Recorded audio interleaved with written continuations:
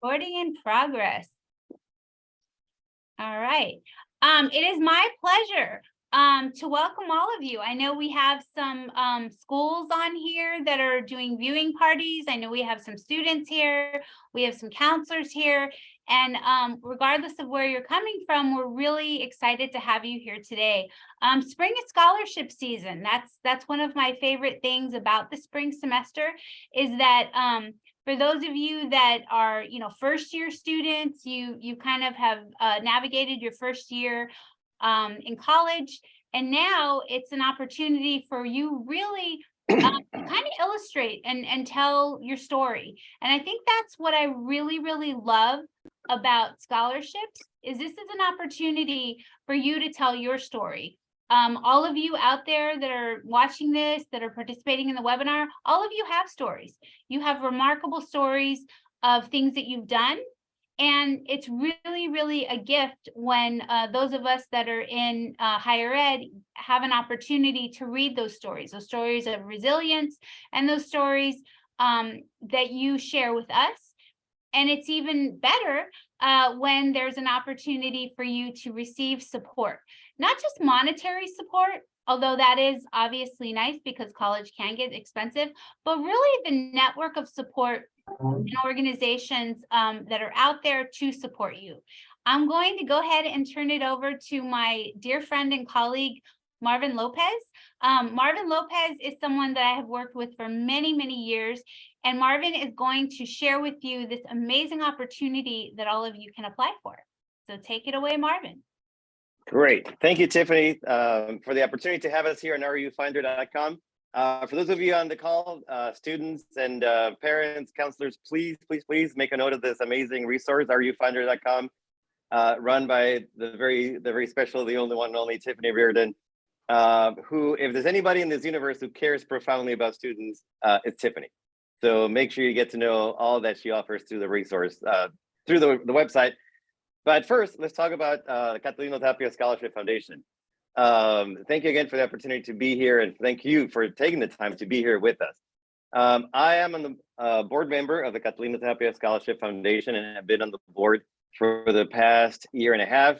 And it is one of the joys of my life and my experience in professional life to be able to be on the board and support this amazing organization.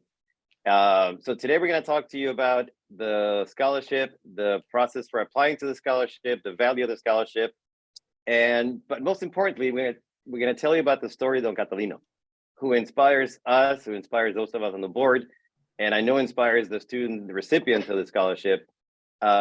When you meet him, when you hear his story, you'll immediately be taken by his humility, his passion, and his commitment to your success, which is what drew me to the foundation. Just so you know a little bit about me, so you know who you're talking to here. My name is Marvin Lopez again, and my day job is that I'm Director of Student Programs in Engineering Student Services in the College of Engineering, which means that I get to support students that are not very similar to the students that we support through the foundation. I am myself a first generation Latino engineer from many years ago, so what I do is to me very personal, and I get to support students like me, so it's pretty cool. And I also get to do it through the foundation. So thank you again for the time. And I will turn it over to our other board members to introduce themselves before we get started with the content of the presentation. So Lorena, Yanet.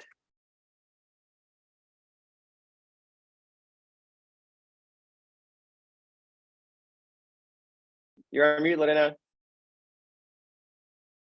Well, I'm carrying my speech by myself here. Welcome, everyone. It's great to have you here. I'm Lorena Morales Ellis. I'm also a board member, and I am in education. I've been an administrator, and I'm currently working as a bilingual teacher.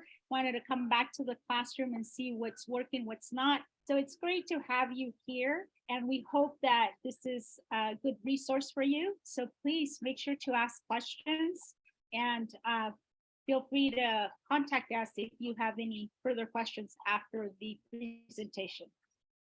I'm going to pass it on to Janet. Hi, everyone. Thank you for being here and for taking the time to listen to us and this amazing opportunity.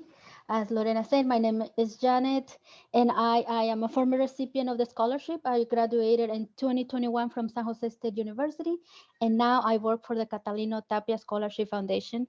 And I love to do this work because I get to know a lot of people with the same dreams as mine and with the same resilience and strength as mine. And that's why I love this, to do this type of job. And thank you for being here again. Fantastic. Thank you, Annette and Lorena. Anyone else from the board that I don't see here? Okay, let's take it away. So welcome again and bienvenidos to our presentation about the Catalino Tapia Scholarship Foundation. Again, you see most of us on the board here. So we have Lorena, me, and Janet, and we also have Alma and Jessica Pulido, and yes, they are sisters. And Antonio, who are also on the board, and in particular in the scholarship committee that make all this happen. And so they cannot join us today, but they are part of the heart and soul of this organization. So I thank them in their absence. Okay, so the story of the Catalino Tapia Foundation. In a minute, I'm going to show you a video about Don Catalino, but first let me tell you a little bit about Don Catalino. This is a foundation that was started by Don Catalino Tapia, and whose name it's the scholarship has now been formed, who came to the United States in the 6th grade. Actually, who came to the United States having only studied in the 6th grade. He was inspired, as you see, to invest in immigrants and people of color, like many of our students here, with college dreams. When he witnessed his son, Noel, graduated from law school, and I must say, graduated from law school at UC Berkeley. Since 2006, when the foundation was started, the foundation has assisted over 383 scholars of color, as you can see from our from the data there. What do? We provide scholarships, and as Tiffany mentioned, we provide financial support, which is obviously critical to your educational goals. But we also provide educational workshops, a mentor program that pairs recipients of our scholarship with professionals from similar backgrounds who also came from low income or first generations or professionals of color. They can identify with the challenges that you as students are facing. And we pair you with a professional who guides you through the conversations and the growth that that you need to succeed as a student. And actually, we have a couple of our recipients, and one in particular who's going to share with you his experience as both a recipient and as a mentee.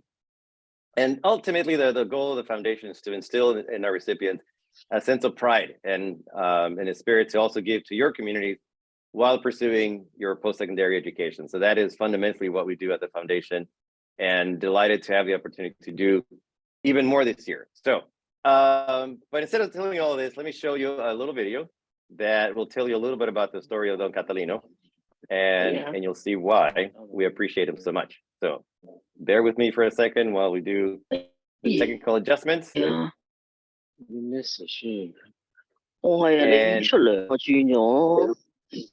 I can ask if you're on the call, if you please mute your phones, please, and mute your screens. Thank you so much.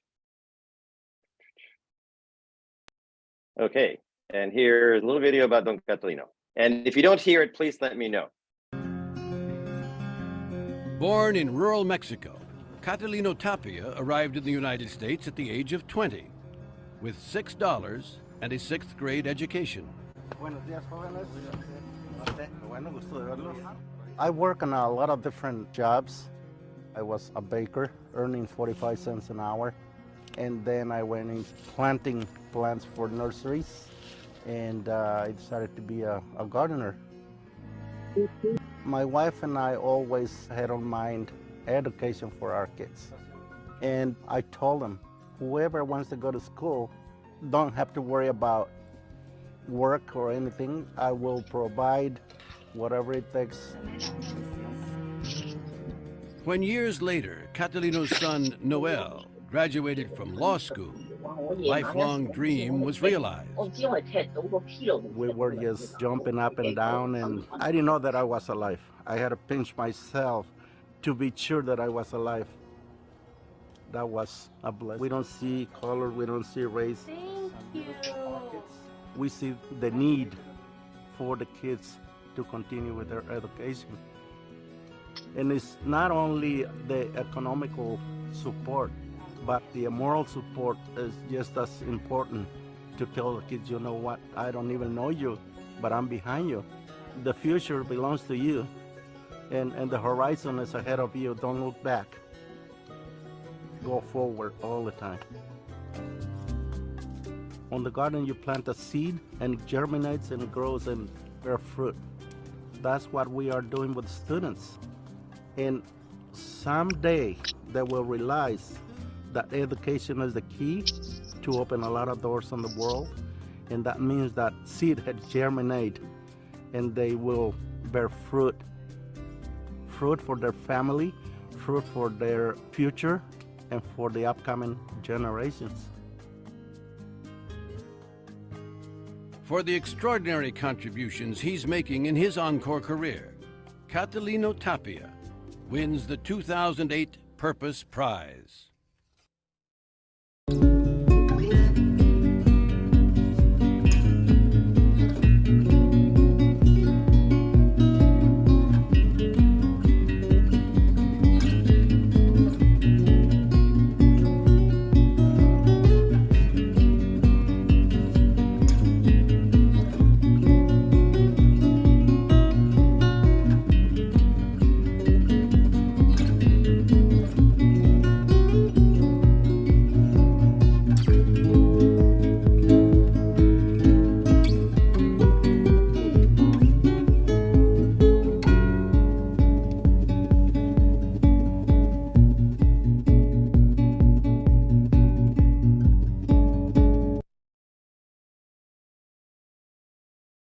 Fantastic. Hopefully you enjoyed that video. And can you see my screen now? Okay. So as you can see, we have 383 scholars so far that we awarded, and we hope to see more of you, add to that count. If what some part of that, what you'll have the opportunity to do if you become a recipient of the scholarship is to meet Don Catalino. And when you meet him, I guarantee you'll be taken by his humility, his passion, his commitment to the community. And I have to say, he's also a great cook. So the video is accurate that he's an amazing cook, but he's an amazing human being. And when I met him myself, he reminded me so much of my dad, and sharing that same passion for giving back to the community, that I immediately said, yep, I am on the board, sign me up. And here I am, and I'm delighted for having had that opportunity. But first, let's tell you about the scholarship. What is the scholarship? So the scholarship includes a $2,000 renewable scholarship, which means that you're eligible to come back and apply year after year if you meet the eligibility. It includes a $250 technology stipend for first-time scholars. So the first time you receive the scholarship, you receive a $250 technology stipend to use in technology of your choosing. So whether you want to put it to an iPad, a laptop, other technology they might need, it's up to you. You get to participate for 1 year in the Strong Roots Mentorship Program. And you'll hear more about what the value of the benefits of that program, how they manifest themselves, but just suffice it to say that you'll have at least a year that you get to pair it up with a mentor, a professional, who will guide you through the process of becoming a college student. And on that note, when you're selected for the scholarship, you are required to do a few things. Attend the first of what we call the Seeds to Degrees workshops, and that's the series of workshops where you get to hear from the board, you get to attend some workshops on, for example, the imposter syndrome, on the elevator pitch, on financial aid to prepare you for your college education, your college journey. And that'll be on May 6th in person for the first time, I believe ever, that we have the online, the Seeds to Degrees. Then we have a second part of that Seeds to Degrees workshop in January of 2024 at a date to be determined that we'll send you as the time goes on. But we do ask it that you attend those sessions. Timeline. Timelines are important. So here's the timeline. So the application is open already. It opened on January 31st of 2023. And the deadline is April 2nd of 2023 at midnight. And we do mean it, April 2nd at 2023 at midnight. So please get your application in time. Notifications go out, or recipients are notified between April 17th and 21st. And as I mentioned just a minute ago, The Seats to Degree series starts, the first one is on May 6th in person, which also includes the award ceremony where you'll be awarded and presented with your certificate, your scholarship. You get to meet Don Catalino, you get to meet the board. And it also includes a celebratory banquet. The awards are dispersed in May is the first disbursement, and then your second disbursement will be in January 2024. And the Strong Roots program, which is the mentorship program that goes with the scholarship, that'll start in October. So in October, you'll be paired up with a mentor for the remainder of the year. And if you have questions, please put them in the chat. We'll address them as we go over. We'll address them at the end. So, but please don't be shy. Ask questions, and we'll take it from there. Again, the application is due April 2nd. So if you want to keep it simple, take a picture of this QR code, and it'll take you to the application or the bit.ly that you see on the screen. And it'll take you right to the application so you can start filling it out. Eligibility and what does it take to be eligible for this scholarship? You must be a first-generation college goer, which means that neither of your parents completed a 4-year university in the United States. It's the official definition of a first-generation college goer. So just to clarify, does that mean that you have to be the first one in your family to go to college because your siblings went to college of your generation? That's okay, as long as your parents didn't complete a 4-year university degree in the United States. A minimum GPA of 2.5. The third bullet is very important. You must reside and attend an educational institution within San Francisco, Alameda, San Mateo, or Santa Clara counties. And it looks like a question has come through. How are the students? So the question is, how are the use of funds monitored? So for example, the $2,000, can it only be used for tuition, or can students use it for, say, living expenses? So no, the 2000 scholarship goes directly to your university. So it'll be used as part of your financial aid package. So it'll go directly to the university for tuition and university expenses directly. And the 250 is for technology, which yes, we don't require receipts that you bought an iPad. Is that correct, Jeanette? And I believe, remind me, Jeanette, that it's actually a gift card to Best Buy, if not mistaken, for that you can use specifically for technology. Yes, it is. It's a $250 gift card from Best Buy, and I want to make a correction into the $2,000. Is the money is given directly to the student? Oh, okay. Yeah, and it's given 2 different disbursements, but it can be used toward to tuition. We do not monitor the expenses or how you spend it. It's just, we do believe that you're gonna use it for the purpose of your education, whether it is paying for food, tuition, or cost of books. Thank you, Annette. Okay, I stand corrected. This is why you have experts on your side. Another requirement is that you must be a college, if you're a college or undergraduate student, must be enrolled full-time. If you're a former recipient, so if you received it last year, you must follow the same process as the applicants and meet the requirements and criteria. You must participate in the CTSF, Catalino Tapia Foundation award presentation on May 6th, and attend the Seeds to Degrees workshops and the mentor program. And also we ask that you contribute 10 hours of volunteer service with the foundation, which means you participate in it. We have a number of events where we have donor presentations, stewardship presentations with potential donors, board members, that we ask that you contribute to those activities throughout the year. Or 10 hours, but we realize that it is not a hard and fast requirement, given your obligations. But we do ask that you contribute to those activities in support of the foundation. And it looks like we have another question. Looks like we've answered Samantha's question. Fantastic. Okay, so the different communities that we're targeting: high school students. You must be accepted and have accepted to register, or accepted to have committed to attend a college or university as a full-time college student for the fall. So if you're applying now as a high school student, you must be registered. You must have been accepted to university and committed to attend this fall of 2023. If you're a community college or undergraduate students, which I know a number of our students on the call are undergraduate students, you must be enrolled as a full-time student as defined by your institution this coming year, 23-24. If you're a community college transfer student, that eligibility applies to the college you'll be attending in the 2023-24 academic year. In other words, if you're in community college now, you must be at a university next year. And again, of 2.5 in college coursework. Graduate students are also eligible, though in full disclosure, we focus very specifically on high school students and undergraduate students.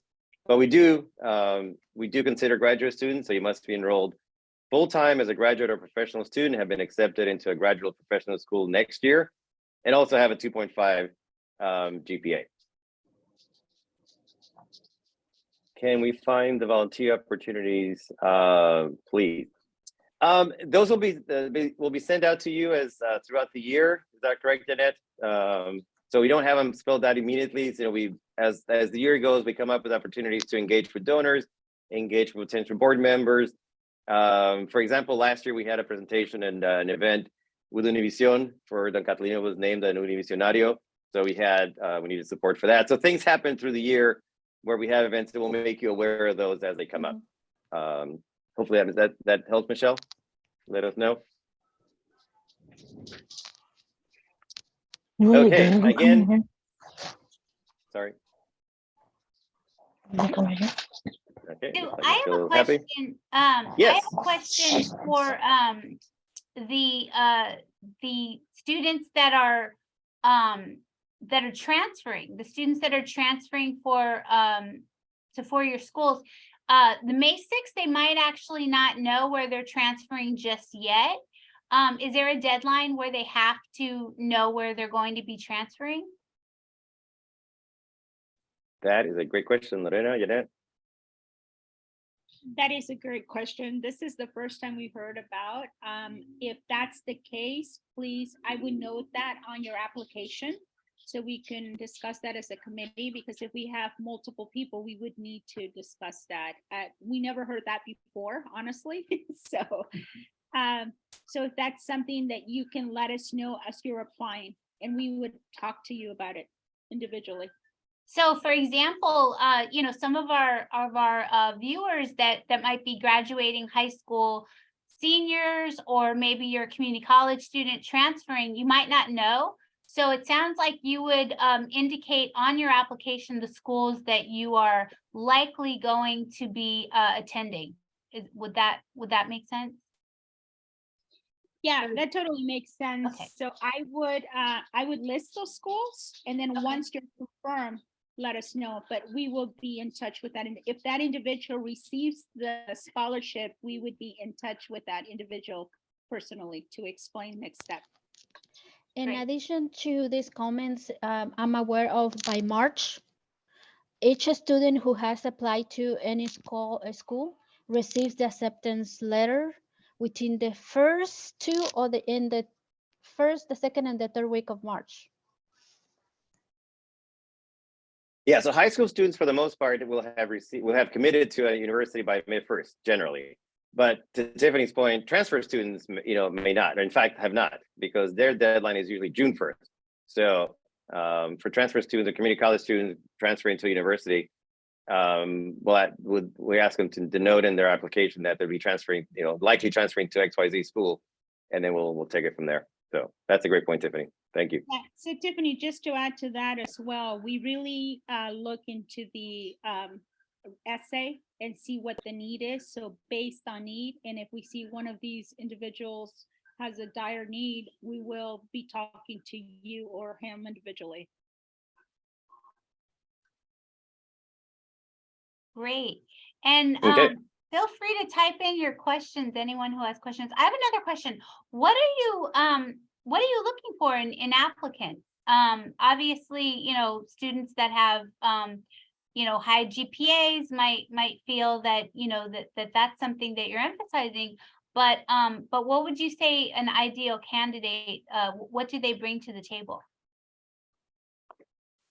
I would say that what we're looking for is, to be honest, not unlike what many scholarships are looking for like this, but Above all, a clear passion, a clear sense of what you want to do with your education, a clear sense of two main things. One is a clear sense of what you want to accomplish with your education, what difference you want to make in the world as a scientist, as a nurse, as an engineer, as a biologist, and we see all kinds of majors. So why are you pursuing this degree, this particular field? And the other is, what challenges have you overcome? What have you faced in your life? How did you overcome these challenges, and what have you learned from them? I think there's probably the two key things that we look for in the application, in the essay. And I think to Lorena's point, we recognize that the essay is really what we focus on. The GPA is important, but we recognize the numbers that don't tell the whole story. It's that story is the story of why you're doing this, and what have you overcome to get here? That's really what we're after. Lorena, Janet, would you add to that? Yeah, I wanted to add that we also look at your income. And I know living in the Bay Area is not that cheap. So we ask for your help me out here, Janet, because we ask for specific documents too, right? So we look at students' income and background.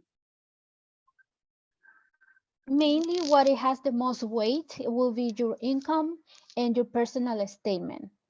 Given to the pandemic, we know that many students have struggled to keep up with a school GPA, and it is okay. It's not like the students fail, but we understand that with the pandemic and post-pandemic, everybody has been stressed out about making enough money to support the family or to bring enough money to support their parents. So GPA has the less weight on the application, and we do consider those situations always, and if when the student allow us to let us know why do you see this GPA in my application. But most of the times, most of the way is on the personal statement and the income. But just to be clear too, it's a 2.0 and above GPA, correct? We are putting it on our application. So I don't want students to be misled as well. So it's a 2.0 and above. So we're not asking. Basically, don't let the number dissuade you. Yeah, don't let the number dissuade you from applying. Apply. We want to hear your story, not a number. So, and as I tell our students, none of you are a number, so don't be a number. Don't let the number own you. Own the number, put it out there, whatever it is, and tell us your story. That's what we care about: your story, your situation, and the challenges you overcome. Does that make sense? Absolutely. So, so just to clarify, is it 2.0 or 2.5 is the would be the scholarship? Is it 2.5 or 2.0? 2.5. 2.5. Okay. It's 2.5. Yeah, it's 2.5. 2.5. So minimum overall would be 2.5. And then in terms of citizenship requirements, are there any citizenship requirements? No, they're not. They're not. No. DACA students are welcome. AB 540 students are welcome. U visa holders, TPS holders, undocumented students are welcome. The Catalino Tapia Scholarship Foundation don't believe on legal status, believes in the power of the people who are willing to give to their communities and their future. Wonderful. So any citizenship can apply. That's wonderful. Absolutely. Yes. Okay.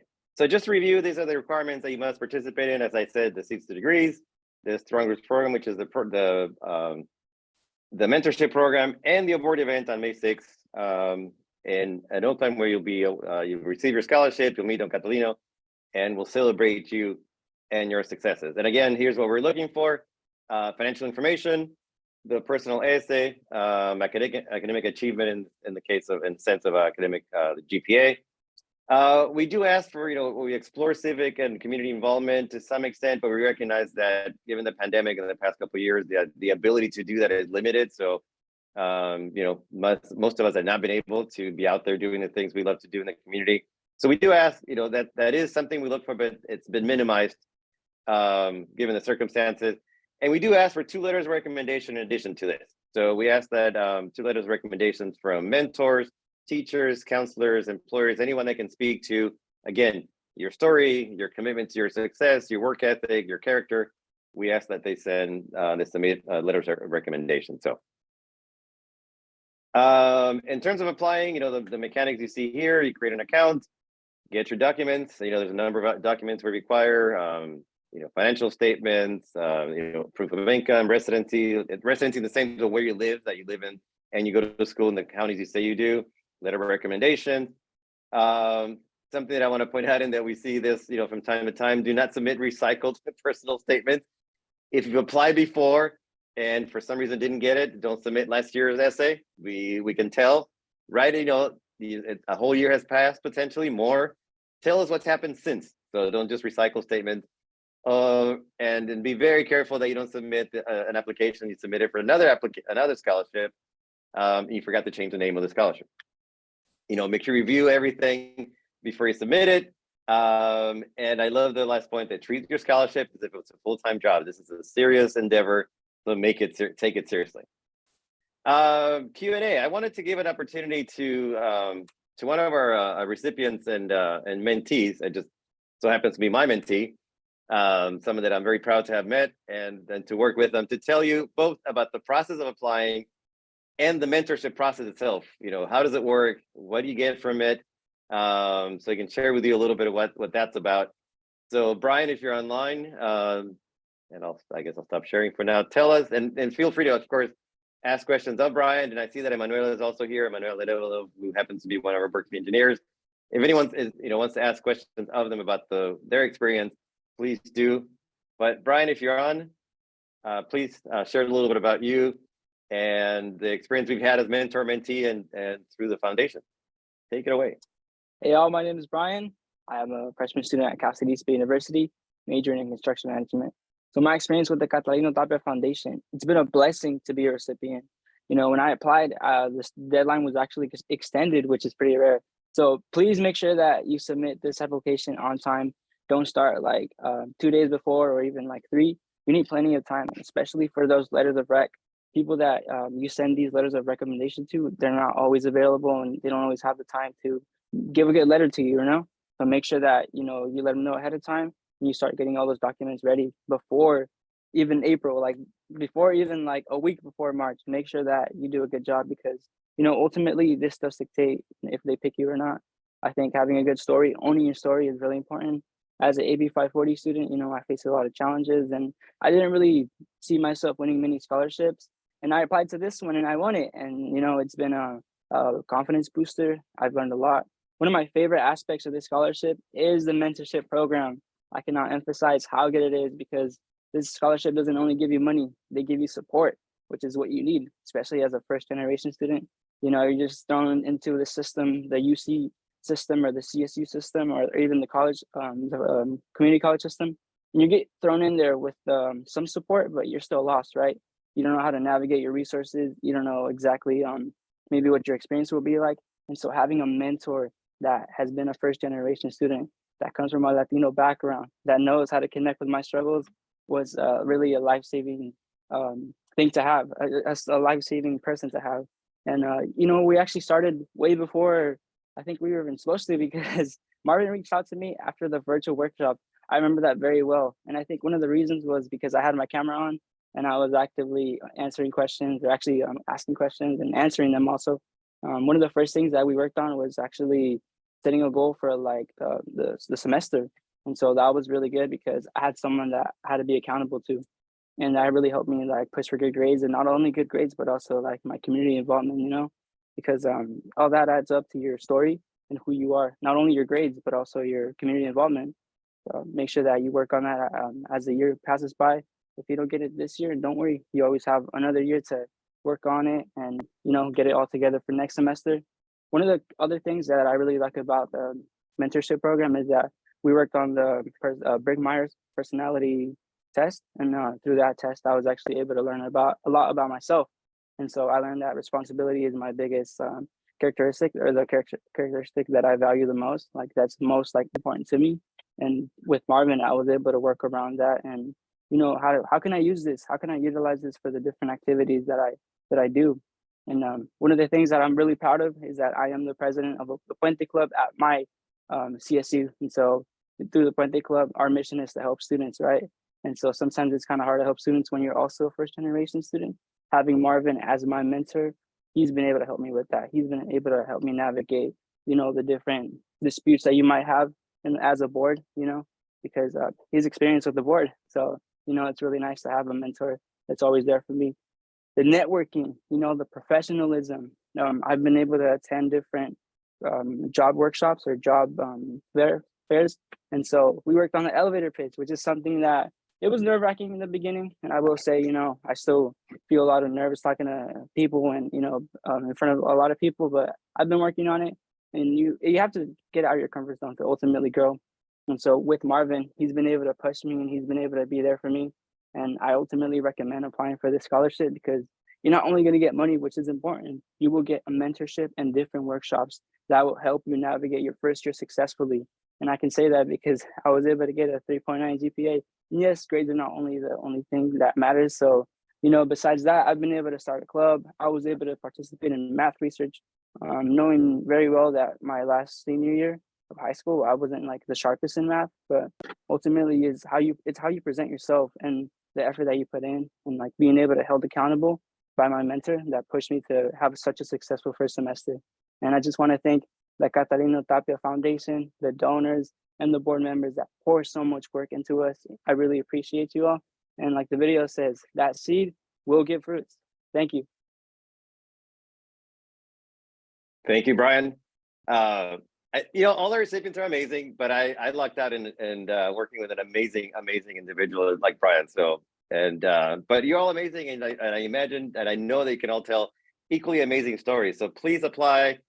Please share your story with us. And when you put yourself out there, things happen. When you apply, you get things. When you reach out, people support you. So that is the end of our official presentation. So thank you, Brian, and thank you to the board members for the official content. Any additional questions, comments, anything you want to ask from us, share with us, ask us anything, as we say here on campus. I have a question about the essay. How many essays do you have to write? Is it just one or are there multiple? Just one. Just one, okay. So it's one, I think it was 250 word essay? Mhm. Yes, that's correct. So a 250 Which means, word essay. Sorry. No, I know exactly what you're gonna say. Oh, go ahead. No, go for it, 'cause I know what you're gonna say. So a 250 word essay, although it seems like it's pretty short, I would, if I were a student applying, I would work on that, and I would also share that essay with your recommenders, just so they, because I think that it sounds like what the committee's looking for is not just, a letter, illustrating your grades.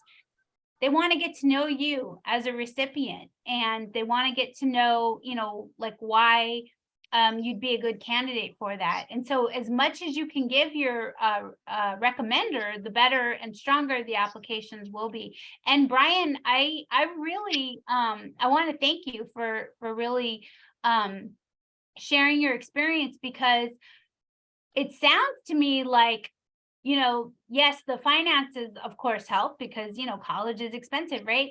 But more so the mentoring and the support and the, the leadership building. I wouldn't be surprised if in the future, perhaps you were a board member, right? I mean, it's that essence of giving back. And we love Puente. Puente is a fantastic program. So I'm not surprised you're a Puentista for sure. Not to put people on the spot. Oh, sorry. But let me put people on the Oh. spot. I know Emmanuel Arevalo is also on the call with us, and I know he's also one of our engineers here. Emmanuel, care to share your experience with the program?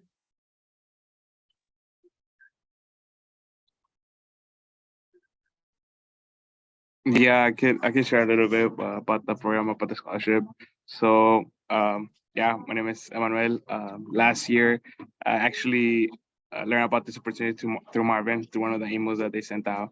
I think it was a really great opportunity, especially since I was needing the help financially. So that was a really good part of it.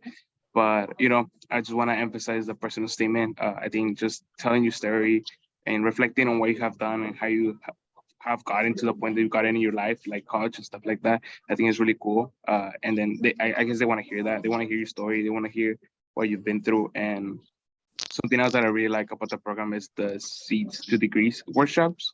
I attended both of them and I really liked them. Both of them actually I learned new stuff that I didn't know before. So that was really cool just to hear from other people on uh, yeah, in financial aid or just professional development workshops, stuff like that. That was really cool. And also just to meet the board members. I think hear from their stories and just hear from other people that like you that have come from like similar backgrounds. I think that supported me and motivated me to, just to keep pushing forward. To like sometimes you can feel alone, but it's not like that. You always learning, and then you hear other people's stories. So that's really motivating. Yeah. Great. Thank you, Manuel. That. Actually, I wanted to add something to Marvin. I just want to make sure that when we do our workshops, we take your input very serious, because we've been there, but we know things change. So the workshops that we put together are based on your feedback. What is it that you're needing? So we want you to keep that in mind too, that we take you into account. We want to pursue you or persuade you to be a board member as well, because it's important to have you there to see how can we improve this. And this is for us to advocate for leaders, for future leaders that are going to change our world. And you're there. So I really want to acknowledge these two gentlemen who spoke, because it's telling us a story that we are making a difference already. So thank you for being here. Absolutely. And for all the students that are on the call, as you develop your stories and as you talk about what you're going to submit in your essay, and as you ask for letters of recommendation, I think as somebody who was a first generation college student myself, I think one of the things that I always thought was that leadership meant that, I was president of a club, or, I did something that had a leadership title. But I really, really encourage you to really reflect on the fact that as first generation college students, and being a first generation college student and really navigating this new territory, right? You already are leaders. And so, if you have cousins, you have siblings, if you have people around you in your community that are younger, or even, that are older, people are watching you and people are being inspired by you. And so please, don't feel that, oh, somebody's, probably going to get it, I'm not going to get it. I've seen a lot of scholarships where there aren't enough applicants because students might be intimidated or afraid to ask for a letter of recommendation. Don't be, because these scholarships are there to help you. They're there to support you. And I love the fact that that the board reads the feedback, because that really says that they care about you. So, and it's pretty clear that they do care about you.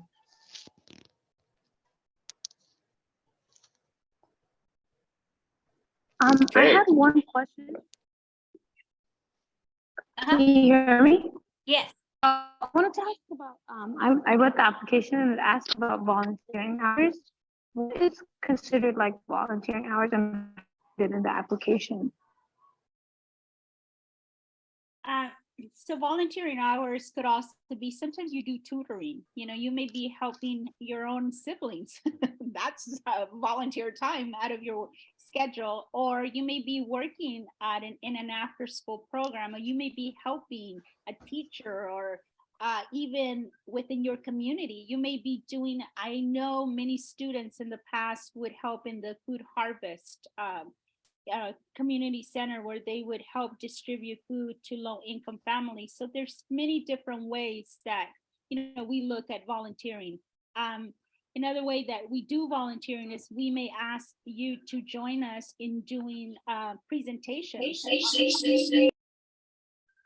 on things that you are an expert at. So there's different ways that you may currently be volunteering or could volunteer in the future. And we have another question. How many scholarships do you believe you'll be distributing this year? Great question. We're actually looking at 40 this year. Last year we had, I believe, 30, Janet? 35. 35. So this year we're trying to increment at least 5 more. And we added the mentorship program just last year. It was our first pilot year. So we're continuing to build up upon that. So every year, the more we share our stories, more people want to help us out. And so that's how we've been able to grant more money to students. And of course, with volunteers' help. That's wonderful. So 40 students are going to be awarded this cycle. And I think something really special is that as if you become a recipient, you also get to meet, 39 other students that have, similar experiences, similar backgrounds. And it will be great because you can network with those people and really, have 39 other friends. We have another question. If we're a freshman in college, would your fall semester GPA count as cumulative, or would you use high schools? If you're a freshman in college, I believe you would use your fall semester GPA. Is that correct? That is correct. So if you're a freshman in college, would you ask for the high school transcripts or just college transcripts? College. College. Just college, yeah. So if you're a college student, you'll use your college transcripts. If you're a high school student, you'll use your high school transcripts. Great. That is correct. Good question. Thank you. Yes, very good question. Does anyone else have any last questions before we Yeah, I have one. On the description of the awards, there's 2 different ones. There's just the CTSF one, and there's one under the Tapia Family Award of Excellence. Are those 2 different scholars, or do they come in one? No, there are, okay, when you apply for the scholarship, this is an area in where they ask you if you are the daughter of a gardener, and you would put in your information if you are. If you say no, you don't have to fill out anything, but if you say yes, you could be eligible to a $1,000 extra award, but that depends on other recipients. So how many recipients are within this pool of whoever are daughters of gardeners, landscapers, restaurant workers, housekeepers, and it will be given to, but this also can be only a standalone scholarships. All depends on the number of applicants, and those 2 scholars are selected by Don Catalino, because the Family Tapia Award of Excellence is given in the honor of the work that Don Catalino did when he retired as a gardener, and his wife, who worked also in many different jobs. That's why the $1,000 are given through the Tapia family. Hope that answers your question. And we have another question. How do we demonstrate proof of enrollment for fall 2023?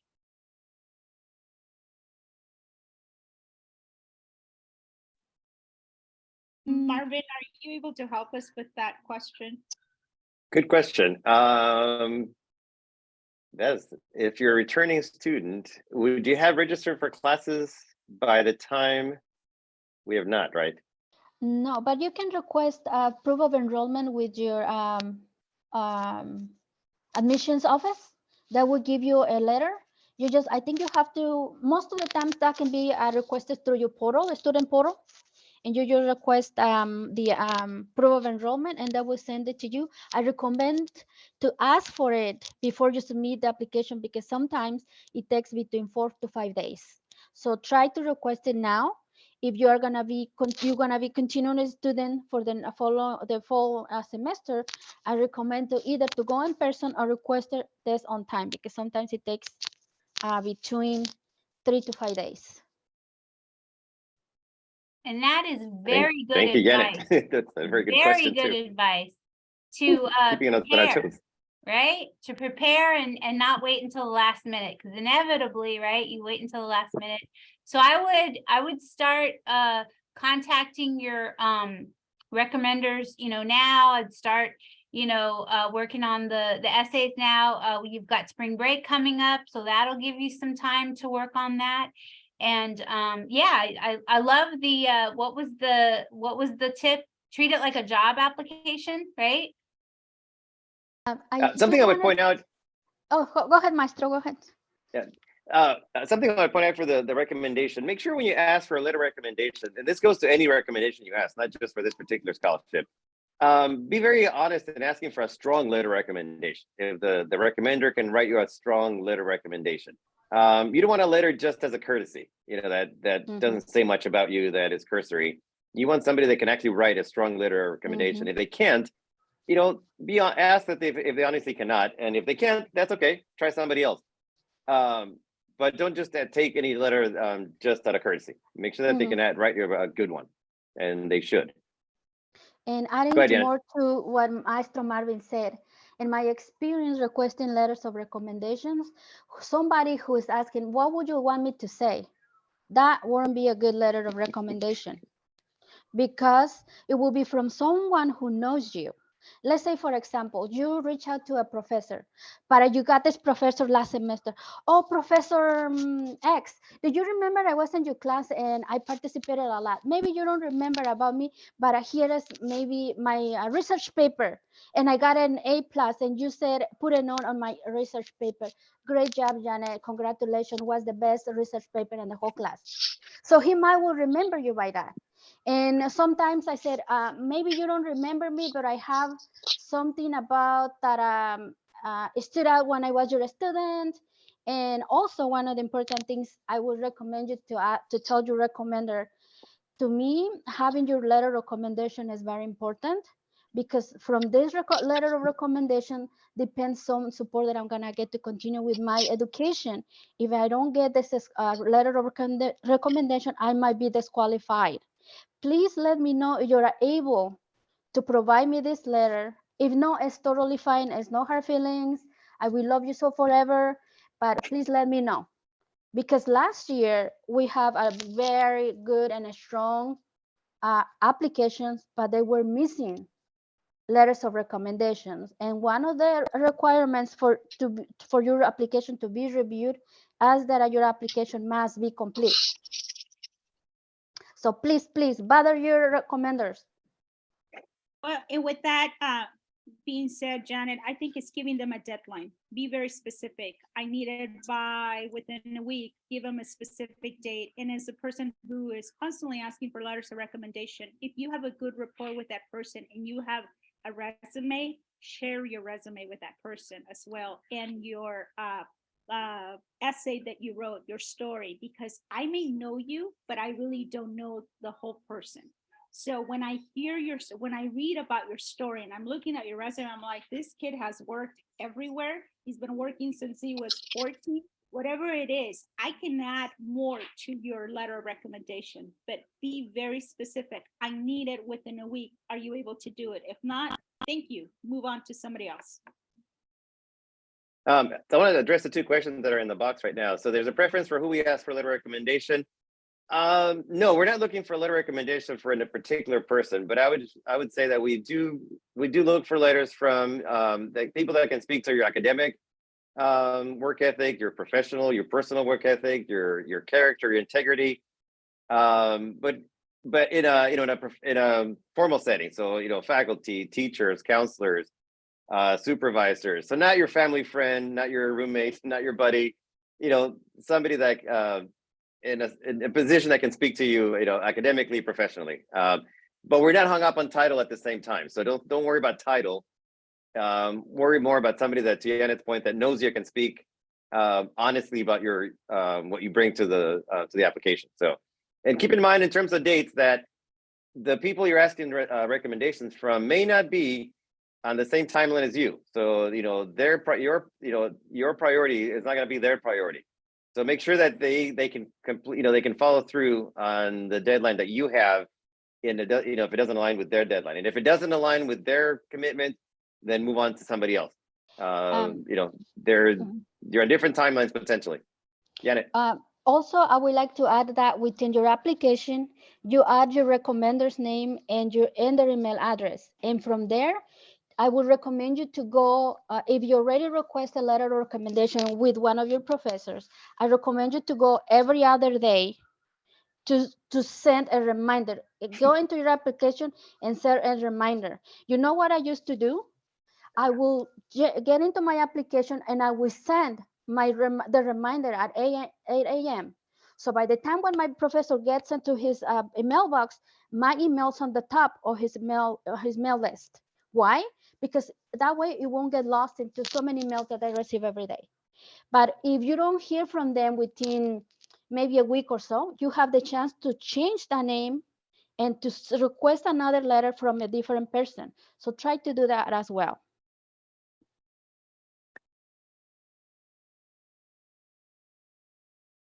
Very good advice. You can also schedule emails as well, right? You can write the email and schedule it. So it is, I love your point. So it's at the top of their email box, right? We have another question.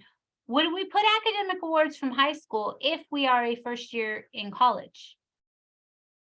I would say yes, considering that you're at this stage, you've only been a semester in college, a semester and a half.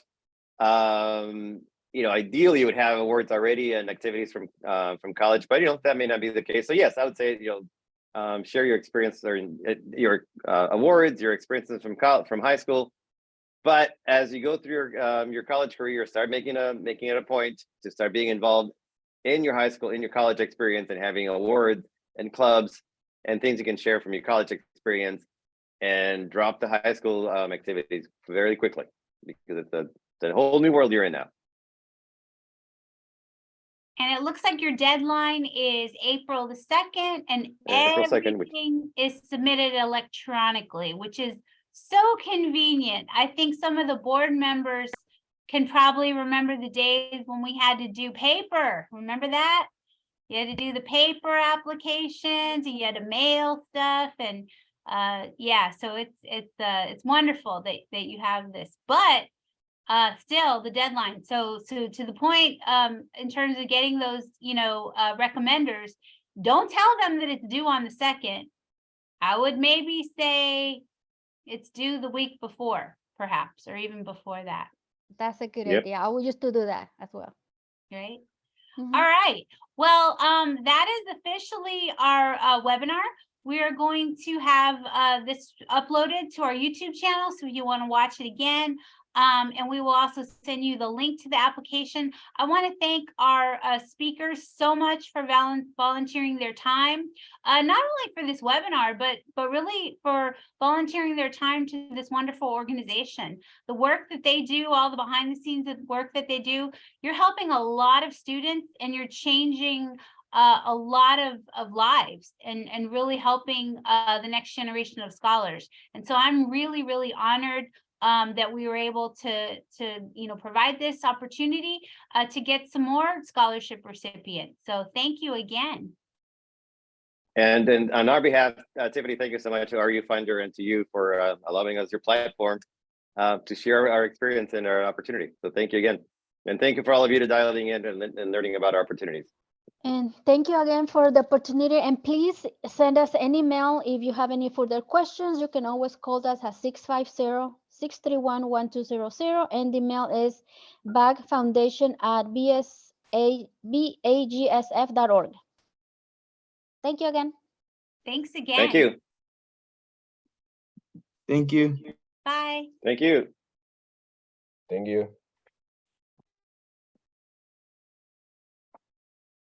Thank you. Bye-bye. Bye. You're welcome. Thank you.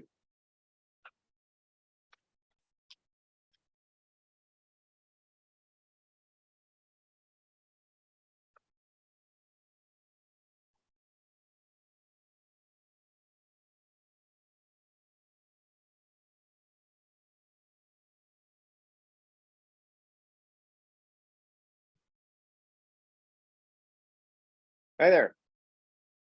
Hello, I'm gonna stop recording. Can you make me host again? Yes. Okay. See here. Wait. Again. All right. Right, give me 1 second. Stop recording.